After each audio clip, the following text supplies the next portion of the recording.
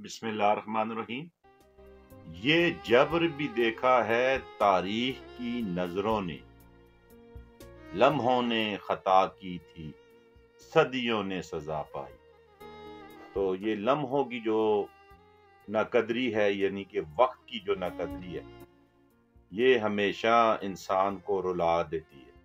आपको कोई भी मुआफ कर सकता है, आप मुआफ़ी मांगें तो मुमकिन है कि वो आपको दरगुजर कर दे, लेकिन वक्त एक ऐसी चीज़ है, ये कभी माफ़ नहीं करता। जो शख्स भी बिलखुसूस तालिब इल्म वक्त को ज़ाया करते हैं, यकीन जानिए कि वक्त उनको जलील करके छोड़ देता है, रुसवा करके छोड़ देता है, निशान इबरत बना के छोड़ देता है।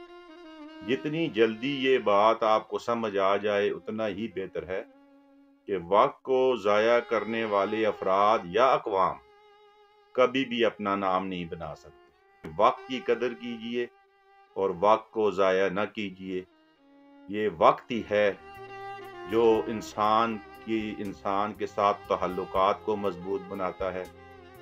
वक्त ही है जिसमें आप पैसा कमाते हैं। वक्त ही है जिसमें आप तालीम हासिल करते हैं।